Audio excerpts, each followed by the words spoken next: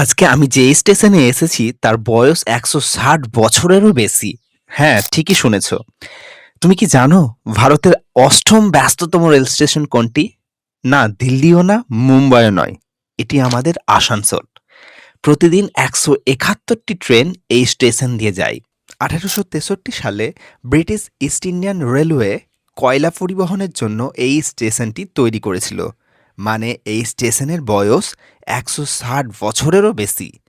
আর এখানেই আছে ভারতীয় রেলের সবচেয়ে পুরনো ইলেকট্রিক লোকোমোটিভ শেড। হাওড়া থেকে দিল্লি এই মেন লাইনের প্রাণকেন্দ্রই হলো আসানসোল। প্রতিদিন প্রায় ১৩০০ কয়লার মালগাড়ি এই ডিভিশন দিয়ে চলে।